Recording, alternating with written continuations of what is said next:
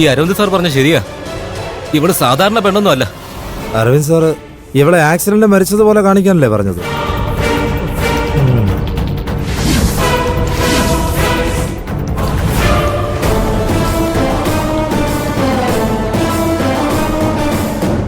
പ്രിയൻ, പാർവതി വരാൻ എന്താ ഇത്ര സമയം എടുക്കുന്നത്? അറിയില്ല സർ, സൗന്ദര്യ അവളെ വിളിക്കാൻ പോയിട്ടുണ്ട്.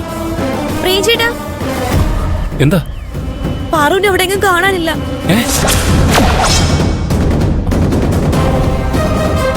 എല്ലായിടത്തും നോക്കിയോ? നോക്കി മാഡം, അവൾ എവിടെയില്ല. ഫോണിലേക്ക് വിളിച്ചപ്പോ സ്വിച്ച് ഓഫ് എന്നാ പറയുന്നത്. പാർവതി എങ്ങോട്ടാ പോയത്? അറിയില്ല സർ, അവള് പോകുന്നതിനെ കുറിച്ച് എന്നോടൊന്നും പറഞ്ഞിരുന്നില്ല.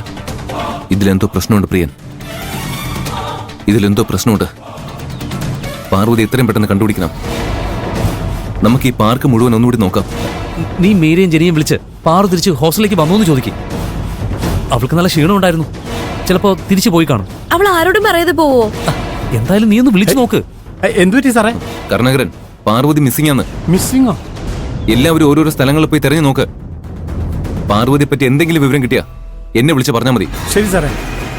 അതെ പ്രിയ, നീ കുറച്ചുപേരെ അങ്ങോട്ട് പോ, നിങ്ങൾ ഇപ്പുറത്തേക്ക് പോ, കുറച്ചുപേരെ എന്റെ കൂടെ വാ.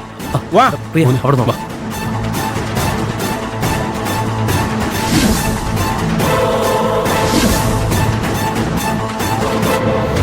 കണ്ട മണ്ടന്മാരാണെങ്കിലും അമ്മര് മിടുക്കന്മാരാ. എന്തായാലും നന്നായിട്ട് ഒരു പണി നടത്തി. ഇനി അവളുടെ ബോഡി കണ്ടു കിട്ടിയാൽ മാത്രം മതി. എന്നാലും ഇവളിതെവിടെ പോയി? എന്തായാലും നന്നായി. ഇനി എങ്ങാനും അവളെ ഒഴിവാക്കാൻ ആന്റി കളിച്ച കളിയായിരിക്കോ? പാർവതിയെ സ്നേഹിക്കുന്നത് പോലെ അഭിനയിച്ചതുകൊണ്ട് ആന്റിയെ കൈലാഷ് സംശയിക്കില്ല.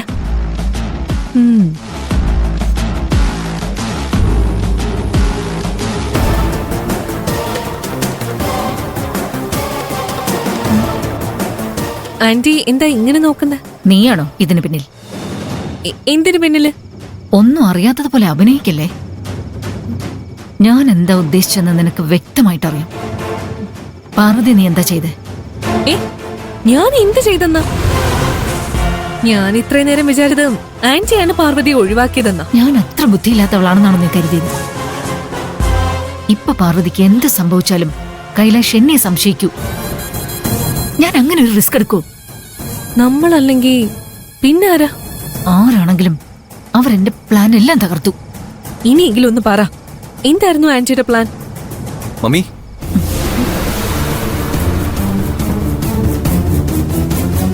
എന്താടാ, പാർവതിയെ കണ്ടുപിടിച്ചോ? ഇല്ല മമ്മി. ഞാൻ മീരയെ വിളിച്ചിരുന്നു, അവള് ഹോസ്റ്റലിൽ എത്തിയിട്ടില്ല. എന്തോ പ്രശ്നമുണ്ട് മമ്മി. പാർവതി എന്തോ അപകടത്തിലാണെന്ന് എന്റെ മനസ്സ് പറയുന്നു. നീ ടെൻഷൻ അടിക്കണ്ട, ഞാൻ കമ്മീഷണറെ ഒന്ന് വിളിക്കാം. അവൾ എന്തായാലും നമ്മൾ കണ്ടുപിടിക്കും.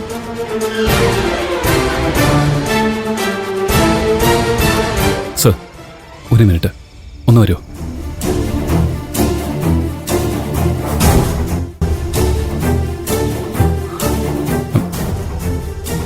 സർ, ചോദിക്കുന്നോണ്ട് ഒന്നും തോന്നരുത്. സീതാ മാഡം പാറുവിനോട് കാണിച്ച സ്നേഹം കണ്ടപ്പോൾ ഞങ്ങളിൽ പലർക്കും ഒരു ചെറിയ സംശയം തോന്നിയിരുന്നു. ഇനി പാറുവിനോടുള്ള ദേഷ്യം കാരണം മാഡം എങ്ങാനും... എന്റെ മമ്മി അത്ര ദുഷ്ടാണെന്നാണോ നീ പറയുന്നത്? അയ്യോ, ഞാൻ അങ്ങനെയല്ല. It's okay. നിന്റെ സ്ഥാനത്ത് ആരാണെങ്കിലും ഇങ്ങനെ ചിന്തിക്കൂ. പക്ഷേ എനിക്ക് എന്റെ മമ്മി അറിയുന്ന പോലെ നിങ്ങൾക്കാർക്കും അറിയില്ലല്ലോ. മമ്മിയെ സംശയിച്ച് വെറുതെ സമയം കളയണ്ട. നമുക്ക് എത്രയും പെട്ടെന്ന് പാർവതിയെ കണ്ടുപിടിക്കണം.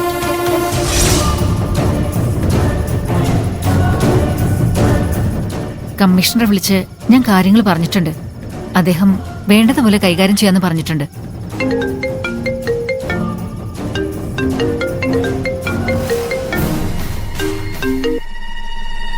ഹലോ, കൈലാഷ് സാറല്ലേ? അതെ. എന്റെ പേര് അന്തോണി എന്നാ. സോറി, ഞാനിപ്പോ കുറച്ച് തിരക്കില്ല. നിങ്ങൾ പിന്നെ വിളിക്കേ. അയ്യോ വയ്ക്കല്ലേ, സാറിന് പാറുവിനെ കാണണ്ടേ?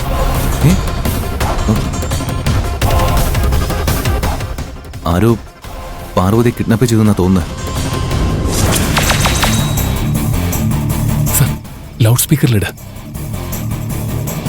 താൻ എന്താ പറഞ്ഞ? താൻ തിരഞ്ഞുകൊണ്ടിരിക്കുന്ന പാറു ഇപ്പൊ എന്റെ അടുത്താണുള്ളത്.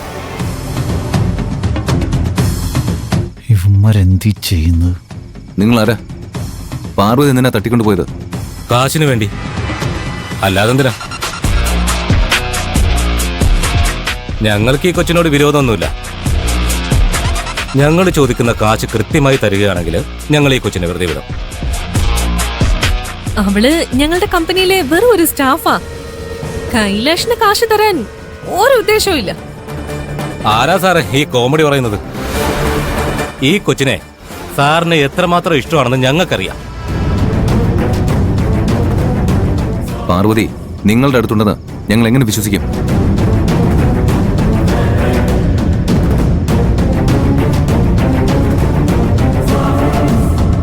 ഇപ്പൊ വിശ്വാസമായോ?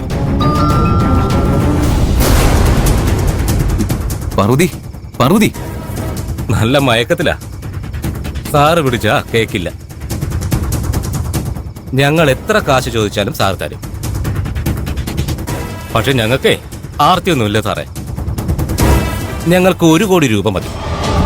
1 കോടിയോ? 1 കോടിയോ? എന്താ കുറഞ്ഞു പോയോ? വേണമെങ്കിൽ കൂട്ടാം. വേണ്ട, നിങ്ങൾ പറയുന്ന കാശ് പറയുന്ന സ്ഥലത്ത് ഞാൻ എത്തിക്കാം. പക്ഷേ പാർവതിക്കൊന്നും സംഭവിക്കരുത്. അത് ഞങ്ങൾ ഏറ്റു. കാശ് റെഡിയാക്കാനായിട്ട് ഞങ്ങൾ 1/2 മണിക്കൂർ സമയം തരാം. അത് കഴിഞ്ഞിട്ട് ഞങ്ങൾ അങ്ങോട്ട് വിളിച്ച് എങ്ങോട്ട് കൊണ്ടുവരണമെന്ന് പറയാം. Hello hello. എന്നെ ചതിക്കാന്ന അവന്മാരെ വിചാരം. ഞാൻ ആരാണെന്ന് അവന്മാരെ കാണിച്ചു കൊടുക്കുന്നുണ്ട്.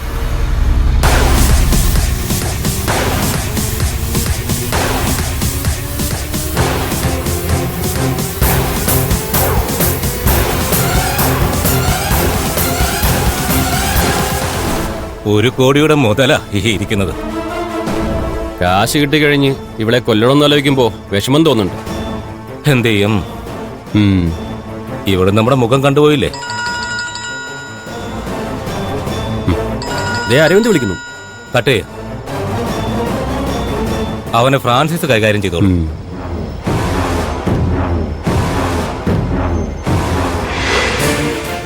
എനിക്ക് അതിനെക്കുറിച്ചൊന്നും അറിയണ്ട. 1/2 മണിക്കൂറിനുള്ളിൽ ക്യാഷ് ഞാൻ പറയുന്ന സ്ഥലത്ത് എത്തണം. സർ, അവർക്ക് കാശ് കൊടുക്കാൻ തന്നെ തീരുമാനിച്ചോ? അല്ലാതെ ഇവർ വഴിയിലുള്ള പ്രിയൻ. പാർവതിയുടെ ജീവൻ അപകടത്തിലല്ലേ? സീതാ മേഡം പോലീസിനെ അറിയിച്ചല്ലേ? അവരെയൊക്കെ വിശ്വസിച്ച് നിന്നിട്ട് എന്താ കാര്യം പ്രിയ? പാർവതിക്ക് എന്തെങ്കിലും പറ്റിയ അവരുത്തരം പറയൂ. സർ, എന്നാലും ഒന്നുകൂടെ ആലോചിച്ചിട്ട് പോരെ? നീ എന്താ പ്രിയ പറയുന്ന? പാർവതിന്റെ ജീവനാണെന്ന് നിനക്കറിയില്ലേ? അവളെ നഷ്ടപ്പെടുമെന്ന് ചിന്തിക്കുമ്പോ തന്നെ ഞാൻ അനുഭവിക്കുന്ന വേദന എത്താൻ നിനക്കറിയാവോ? സാറിനേക്കാൾ ആ വേദന അനുഭവിക്കുന്നത് ഞാനാ.